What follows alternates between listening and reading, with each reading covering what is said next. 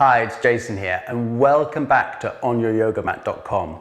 Today we're having a look at the Vinyasa, a few tips to move through this sequence of movements that's often associated with Ashtanga based yoga. The word Vinyasa incidentally can mean lots of different things, essentially the word meaning flow. So in this flowing sequence in Ashtanga yoga, the idea between seated postures is to finish the posture, cross ankles, knees to chest, hands flat, we inhale, press into the ground, tilt some weight forward to jump or step back, elbows in. We move through this sequence of upward facing dog as we inhale, downward facing dog as we exhale, and inhale, come back through to sitting, ready for the next posture. So it's quite challenging, and a few tips then to get you there. The most important thing is the lift and being in this nice compact shape. So we cross our ankles, knees to chest, and initially we can reach round.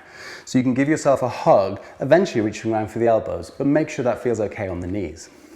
Stay here for a few breaths. Now it's maintaining the integrity of this curled up position as we place our hands, ideally palms flat on the mat. Don't be tempted to come up onto your fingertips. Everybody thinks that their arms aren't long enough when doing these vinyasas, but that's not actually true. The lift actually comes from within, so it's important to engage the arms and press the palms with the fingers spread down into the mat. This is true no matter what happens when you take that inhalation and firmly push down and feel like you're lifting from within. So it might just look like this. Inhale, push. Exhale. It's more important that you do that diligently and over time, then you might start to notice a difference. If physically nothing is happening and you just give in and you just go, well, nothing's happening, well, then nothing probably ever will happen. So just keep that determination. You want to try and do this from time to time with your ankles crossed the other way. Feel slightly different, again in this nice curled up position. Imagine you're about to board a budget airline. It's got to be really small. Hands flat, inhale, push. Imagine you're tilting some weight forward. Maybe your hips come off the ground and the feet stay down. That's the beginning. From time to time, if you want to get that sense of actually physically lifting up, you could use some blocks or a book or a couple of books. You could even use a telephone directory on each side, an old telephone directory if you can find them, and just rip a page out every day and you get lower and lower. But that would eventually give you the sense, make sure you feel secure with your palms down, to physically tilt up. And you might get to this point here, and eventually tilting some weight forward. So you're going to keep practicing the lifts. How you then get your feet back behind you isn't too important. Because jumping back, if anybody lifted you up to here, then jumping back from here, that's not really a big deal. The lift obviously is the big deal and worth spending some time practicing.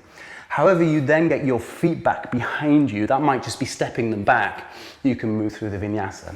You might get to this interim period where you can push down, take it easy on the knees and flick the hands in front.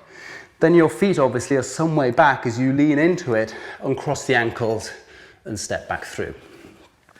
So as you move through the vinyasa, the upward facing dog and the downward facing dog, it's worth from here just preparing to come through. It might feel like you just want to come down onto your knees now. I would encourage you from here to walk the feet in and tilt a bit of weight over the hands. What would it feel like? Be careful you don't come crashing forward, to do a little bunny hop, to push into the hands. Because it's this movement here, developing the strength. If you can practice this on the way back through, that's actually going to help moving back through the vinyasa in the first place a little bit easier. If it feels okay on the tops of the feet, eventually the ankles crossed, and from there push the hands into the ground as you come back down and straighten out the legs.